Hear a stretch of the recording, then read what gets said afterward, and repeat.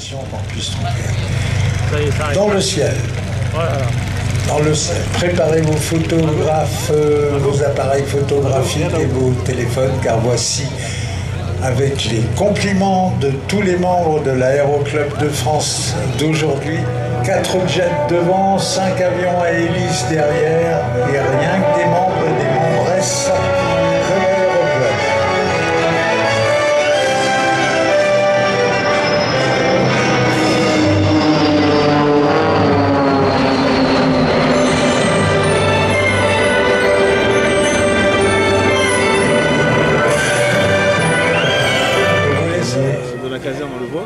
Arrivent par la droite et tirant leur panache de fumée 4 autres membres de l'Aéroclub de France, mais eux sont en jet.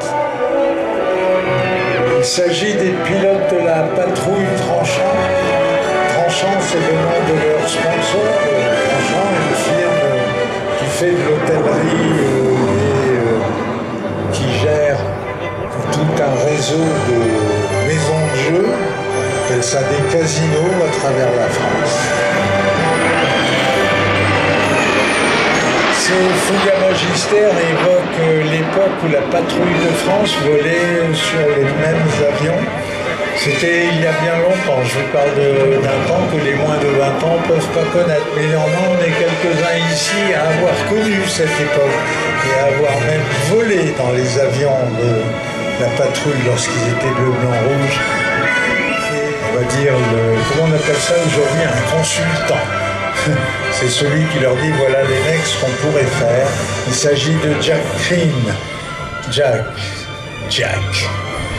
Il paraît qu'il a eu sa révélation qu'il devait devenir pilote lorsqu'il était nouveau-né, à peine transportable dans une poussette, et que sa maman, pendant la guerre, le faisait promener près d'un cours d'eau sur lequel il y avait des péniches et près d'une voie ferrée où il y avait des locomotives tirant des trains de l'armée allemande.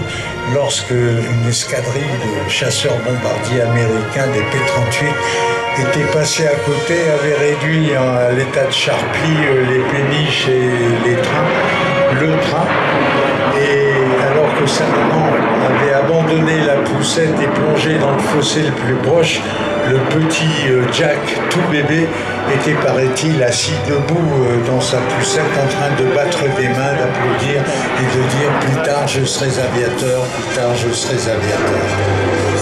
Voilà. Donc, oui, ça fait partie de la légende, mais c'est une légende crédule. 30 000 heures passées dans le ciel. Ça fait réellement beaucoup. Il s'appelle Pierre Fage. Il a commencé dans la vie lui aussi par être pilote militaire, pilote de chasse, et puis après il est allé dans la ligne, il était commandant de bord à Air France.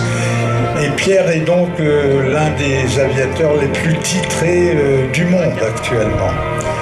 Dans l'aile gauche symétrique à Pierre, eh bien, il y a un pur breton, un des types les plus humains, les plus agréables, les plus civilisés que vous puissiez rencontrer sur cette terre. Lui-même également pilote commercial, mais il vole sur avion d'affaires, c'est-à-dire avion de ligne volant à la demande. Il aurait pu faire une carrière de pilote de super jumbo à travers la planète, mais à l'époque, ce garçon tétait encore, non pas sa mère, mais un biberon, pendant que son papa faisait de la voltige aérienne en meeting aérien à la Ferté-Alais. Son papa était encore un commandant de bord à Air France, il s'appelait Yves, et Yves et quelques autres sont maintenant assis quelque part au coin des nuages qui sont au-dessus de nous et ils nous regardent voler.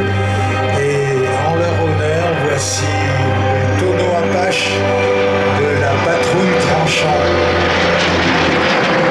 Le salut aux anciens.